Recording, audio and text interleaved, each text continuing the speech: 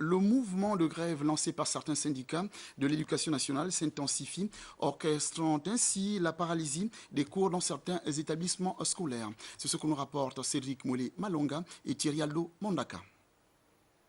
Il est 10 heures. Nous sommes au collège d'enseignement secondaire d'Aoungou. Les salles de classe sont pour la plupart désertes. Seul un enseignant qui a décidé de braver le mouvement. Dans cet établissement scolaire d'utilité publique, comme un peu partout, il y a comme un air de vacances, alors que les cours ont effectivement repris depuis le 4 janvier dernier. Nous sommes en pleine négociation avec les collaborateurs qui ont d'ailleurs accepté d'assurer un service minimum à partir de lundi. Le service minimum qui devait prendre effet ce matin parce que nous sommes en plein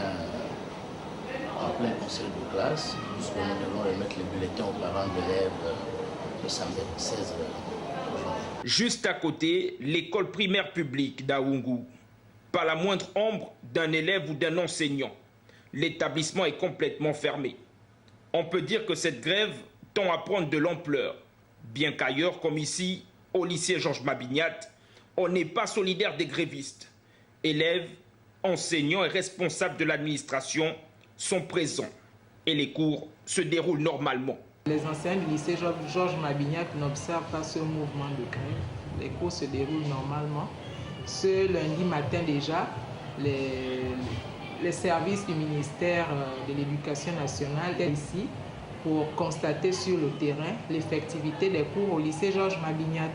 Et chaque matin, nous tenons une liste de présence pour vérifier la présence des enseignants dans les salles. Nous travaillons normalement, la preuve c'est que vous m'avez trouvé en plein travail. La situation devenue confuse, de nombreux parents espèrent que le calendrier académique sera bel et bien respecté cette année.